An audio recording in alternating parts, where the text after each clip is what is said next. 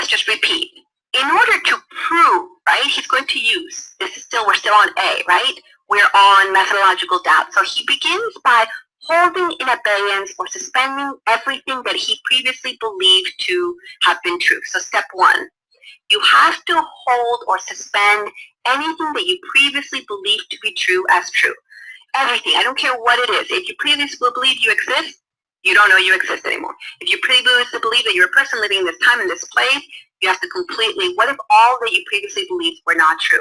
And this is why we watched The Matrix before this lesson, because that's what Morpheus is saying. Hey, Neo, what if I told you, that everything that you previously believed, the food that you tasted, the people you dated, whatever you experienced in the world wasn't actually the case, but there's some more underlying reality. That begins with a skepticism. What if I told you that wasn't true? You have to start with, would you stake your life on it? Not that it's actually true or there really is a virtual matrix. We could, for instance, find out that through the course of our investigation, the nature of reality is not a virtual matrix, but some other mysterious or ethereal. We could find something else out. But we have to begin with skepticism, okay? So we start with skepticism. How is he going to sell the story to us? How is he going to get us to start doubting? Right? And Morpheus does this in The Matrix. He's like, all right, Neo, you still want to believe that you're laying in your bed, you're picking up your phone, you believe that you're a computer programmer in the year so-and-so, and that you're actually going to work. You really believe this. And so I'm going to have to try to get you to believe otherwise. How am I going to do this? Same way that Descartes does it. He's going to say step one, the dream argument. Let's start, so we're still on A, right? We're going to get you to believe. What if I told you, he says, that you could be dreaming? He says, have you ever had a dream so real that if you awoke, you wouldn't know if you were awake or still dreaming? That's almost word for word what Descartes says in the Meditations, right? In other words, Descartes tells us in the meditation, right? In the Meditations, he says, well, it is possible. How do I know that I can't trust what I actually see or the knowledge gained through the senses? Because it's possible I could be dreaming. Have I ever had a dream so real that I really thought I was actually here?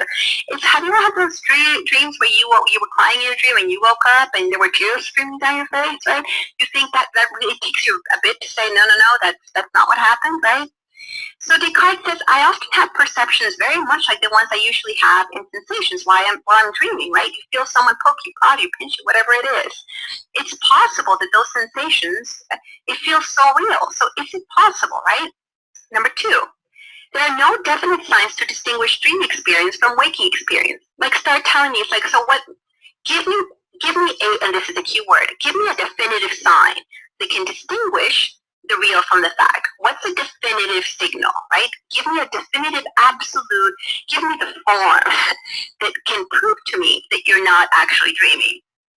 So even if you say, look, you can plug me up to a polysomnogram or a multiple sleep latency test, something that can measure actual brain waves, so you can say, look, that's consciousness, that's unconscious. You still have to tell me that how do you know that the interpretation of the test that you're looking at, the scientific experiment, isn't actually some delusion of another dream. You still have to give me some doubt, some actual undoubtable proof that your interpretation of that experiment is not in itself another imposed reality. So there are no definite signs. It could all just be a virtual reality all the way down. There's nothing that you can give me that's going to distinguish real from waking, at least along the lines that we usually come to explain waking life from dream life. Therefore, dun dun dun, it is possible that I am dreaming right now and that all my perceptions are false. Again, the key word here is possible. That's why it's methodological doubt, or you radically doubt everything, because is it possible? That's all you have to get. You just have to, is it possible that the sun might rise tomorrow? Yeah, it's not likely, but is it possible? That's all Descartes needs, because you just need one counter argument to get rid of a universal. Is it possible? That's where the dream sequence. What if I told you, Neo? Right? Have you ever had a dream that was so real? You could be in the Matrix. You could be experiencing this, right? Now, Descartes realizes that someone may not accept all of the elements of this test case, that our dreams may be illusory. By the way, the dream argument is also an example of, can anybody guess? of a thought experiment in philosophy, okay? So, Descartes realizes maybe not everybody's going to buy into this. Somebody's going to say, no, but maybe you don't have a very rich dream life. And you're like, nope, I've never in my life had a dream so real, and so I can distinguish between real and false. So then he's going to say, okay, for those naysayers, he's going to introduce another mechanism that's going to increase the scope of our doubt, and he's going to call it the deceiving God argument. So it's a kind of more rational version. He's like, if you've never experienced a dream and know what I'm talking about, maybe you can ascend to the rational conclusion of the argument I'm about to give you, the deceiving God argument. He's like, okay, so at the time, most people had some sort of religious affiliation, even as science was taking on waters. So he's like, look, most of us believe that particularly because of science, X was caused by Y, that there's a Y, and that Y was a creator. So he says most of us believe that there's an all-powerful God who was creator and is all-powerful. Aristotle might say a first cause, maybe an efficient cause, but there's something that first came for us to be here. Something was there that created us in a certain way, right? And it is the nature of this God, maybe he's omniscient, omnipresent, or all-knowing, all-powerful, whatever it is. It is the case that this God has the power to make us to be deceived even about matters of mathematical knowledge. In other words, let's say that is it possible, he's saying, is it possible that there's a God, a deceiving God, that put the idea that you exist in your head? Is it possible? Is it possible that your creator also built into the mechanism of your creation the idea that you existed, that you would have from birth to death? Is it possible if God created you first, right? Is it possible? All that matters is that it's possible. So is it possible that we are deceived even in our mathematical knowledge of the basic structure in the world? Is it possible that a deceiving God put the idea that every time we said 2 plus 2 equals 4, that every time we said 2 plus 2, it would always equal 4? Is it possible that that idea was put in us first? Yes, it's possible. Not likely, but possible. So, for those of us who would hold, as Descartes, so somebody's always watching, that kind of thing. So for those of us who would hold, as Descartes himself will later hold, that God would not deceive us, right? That's the problem. Descartes is going to introduce an evil demon hypothesis, or a next argument. So let me back up a little bit.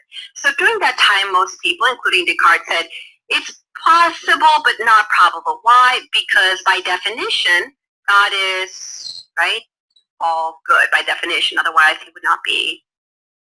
God is omnibenevolent, all good. God is good, so it's not possible. So a lot of people were saying, no, Descartes, you're wrong. It's not possible because God by definition is good, so he would never be deceiving us.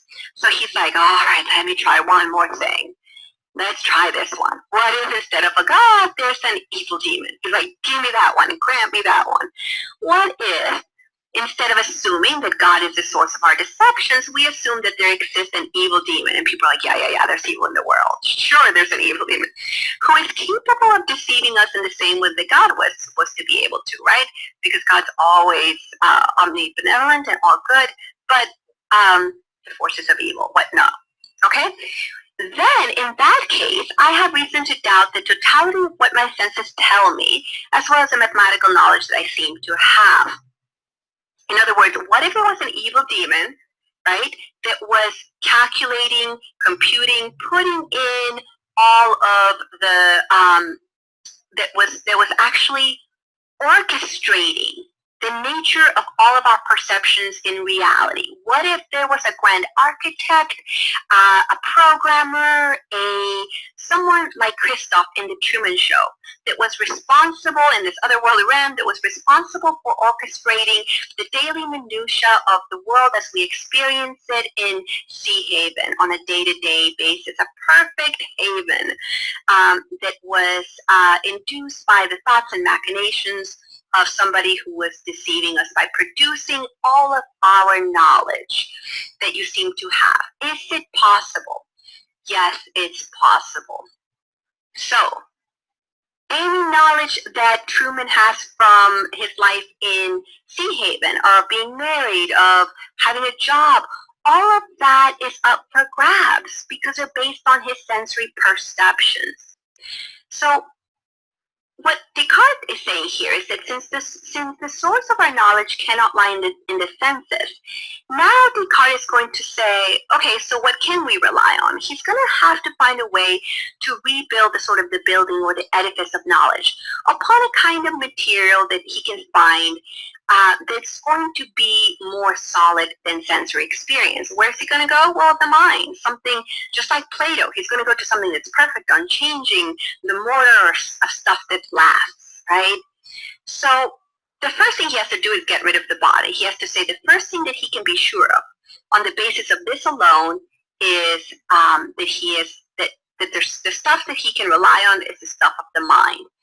And to do that, to give him some order to build absolute knowledge or absolute truth, he's going to have to get rid of the body.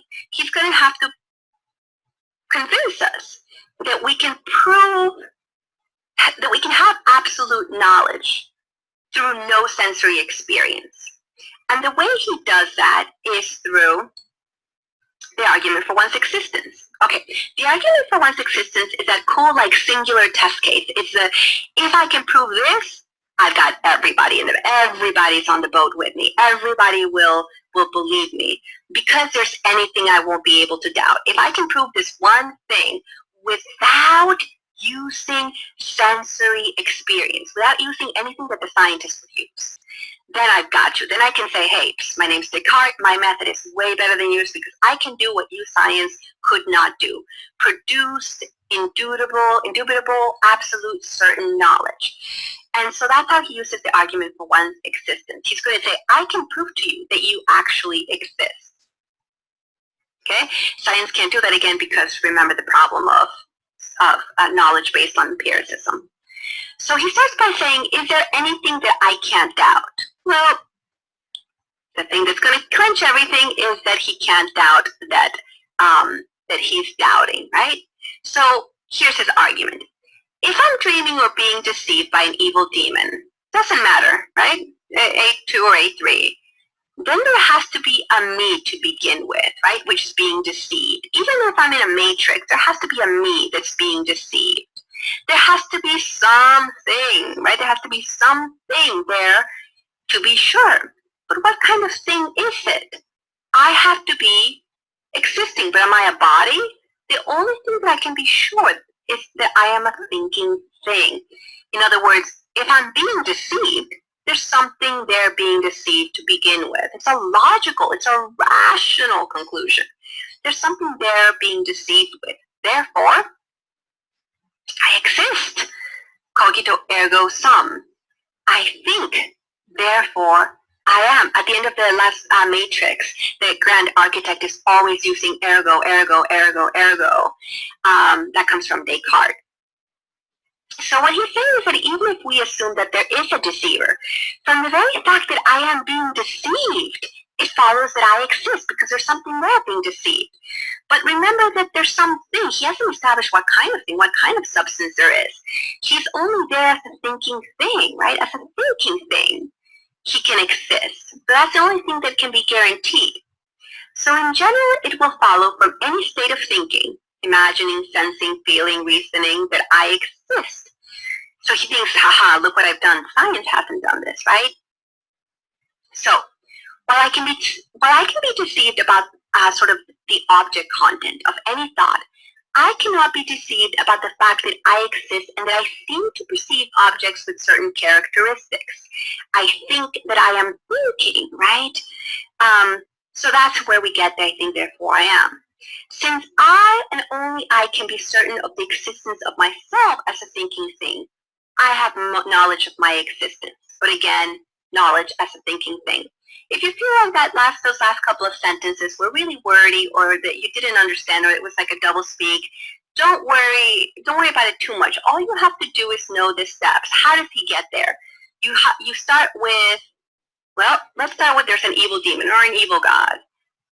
Even if he says, okay, step 1, there's an evil demon. Okay, step 2, say that there is. If there is, then I exist because there's something there that's being deceived. Step 3, okay, there's something there. What kind of thing is there? Well, the only thing that's there is something that's being deceived, something that's being deceived, not something that's being touched or poked or prodded, something that's being deceived, a mind, a thought.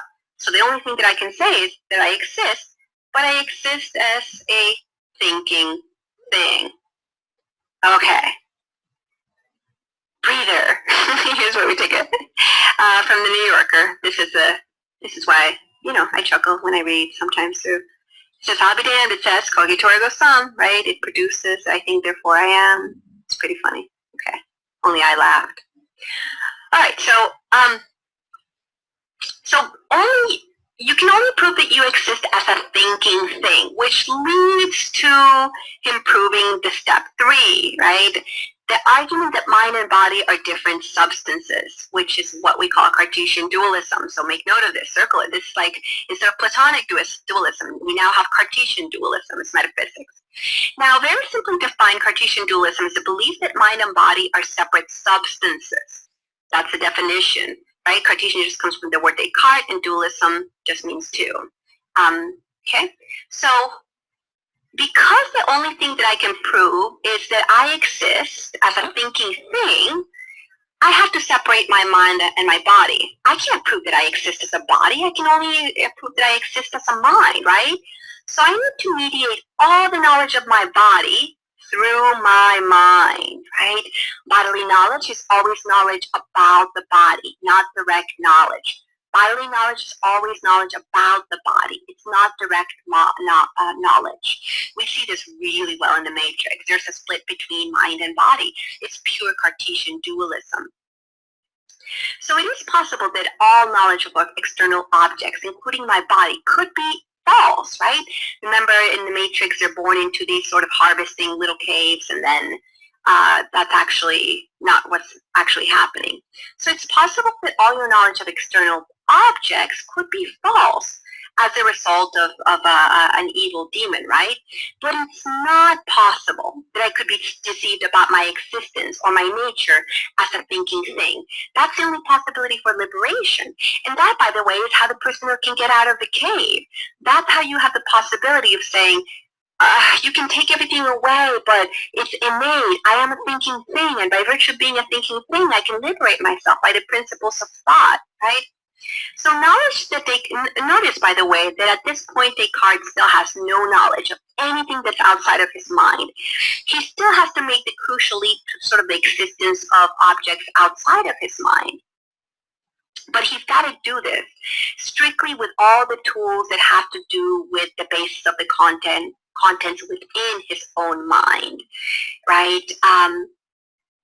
That's going to have to form the knowledge of external objects. That's going to create some serious problems, as we're going to see in a moment. But for the purpose of the test, all you have to know is that Cartesian dualism is the belief that mind and body are separate substances, as opposed to what? Platonic dualism. It's the belief that there's two different kinds of worlds or realms. Descartes, substances. Plato, worlds or realms. Descartes, substances. Plato, world or realms. Those are two different kinds of dualism. Cartesian dualism and Platonic dualism are different, okay? So this is a really cool, actually, slide to study because we see that this is Cartesian dualism, right? Mind and body. Where's the mind in the Matrix, right? And the body is in an external world here. So this is going to create two problems. But before we get to those problems, we're going to take a breath and make sure we're all on the same page. So let's get the outline for the basic arguments again. I've summarized everything, right? So number one, senses can't be trusted. Why? Because I could be crazy, I could be dreaming, there could be an evil demon or a god, a benevolent god or an evil demon deceiving me, right? But would you stake on your life on it? Nope.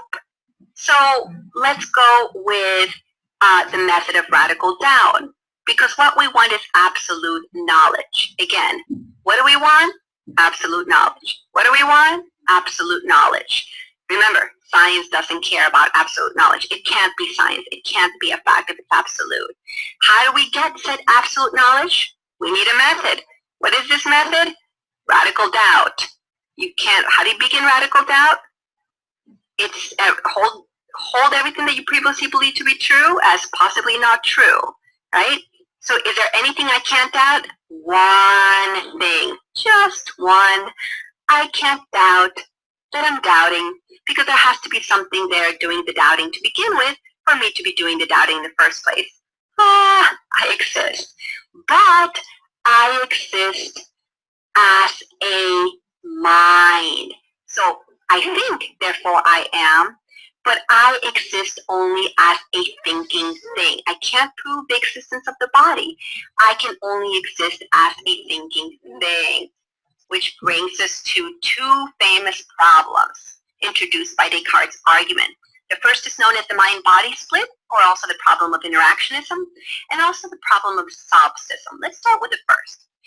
So say that the mind and body are really are two different kinds of substances. That's Cartesian dualism. How then does a material substance interact with an immaterial substance? That's the problem of interactionism. How does a material substance interact with an immaterial substance? That's the problem of interactionism. So it's not resolved in the meditations. Descartes doesn't give us an answer. That's why it's a problem that philosophers after Descartes have to answer. We see this, and in the Matrix, they try to kind of grapple with it a little bit by saying, well, there's some interaction in the Matrix. If you get cut in the if you're in the virtual world and you die or are being killed, somehow in the material world, it interacts with the material world, and you somehow have symptoms or bodily signs. And then they try to do it by saying, well, you're plugged in, and there's some sensory data that goes in, but how it relates to the mind, we're not really clear. There's still an interaction problem. And they try to display that, but it's still a problem because the mind and the body are split. They don't fully resolve it. They try to talk about it, but it's not fully resolved. Now, this also leads to another problem, a most famous problem, which is called the problem of solipsism. Solipsism just comes from the word solips, right, souls, alone, and ipsi, the self. So solipsism just means like the self, you are alone. So say that I prove that I exist through like methodological skepticism or Cartesian doubt or radical doubt. It all means the same thing. The problem with that is that you can only prove what? Your own existence. You can only prove that you alone exist as a mind. You can't prove the external. You can't prove the existence of the external world, of objects outside of you. You can't even prove that other minds exist, right? Except through a rational proof. Your mind, right? The only thing that you can use is a rational proof, idealism, through ideas, through the news, the education of a rational news, through your mind. That's the only thing that you can use. And you can only prove that you yourself exist. Now, this is going to lead to the problem of skepticism. How can we have knowledge at all if we can't even know that the external world exists? That's today, current philosophers are hotly debating this. There's a whole literature that arises out of this. But for the purposes of this test, you just have to know that these are the two problems that arise from Cartesian philosophy and Cartesian metaphysics. And they're called in the problem of interactionism and the problem of solipsism. So, cogito ergo sum, I think therefore I am. Yeah, but only as a mind. You can only prove that you exist as a mind. That's it. Only you can prove that you exist. So essentially, you're like a brain in a vat. Is that existence? Is that the sum of things? Is that really what makes us who we are? So then we would return to the Socratic question of the meaning of life and knowledge of life. And the mind-body split, or the problem. How do they? I'd be interested to hear on discussions how you think the problem of interactionism might be resolved in the Matrix. But we also have the movie of the day, The Truman Show. So let's go through and finish the lecture. In the last couple of minutes, we're going to go through a couple slides. Again, I'm not going to give you too much because I don't want to give you prompts for, I don't want to put the ideas in you. They're always already in you for the lecture. So let's look at some Cartesian themes in The Truman Show and The Matrix. And some are pretty obvious, right? So you have radical doubt, Cartesian skepticism. So first, you have to have wonder, you have to have doubt, you have to be an explorer, as Descartes wanted to be, by charting. You want to be that sort of a Magellan to uncharted territories. Then there's the problem of the external world. How can Truman know with certainty that that world exists? We have Blessing's article in quotes from page 7 that speaks to this. There's the external world, and then there's Sea Haven. And then there's the notion of metaphysics, that the nature of reality has to be investigated, right? And that this process begins with increasing doubts, and that the individual has to resolve these. And you have here the notion of Truman being like Plato's prisoner, that against all odds he can break free because he's curious, he's wondering, he's investigating, he wants to poke and prod and unchain himself and discover the nature of the world.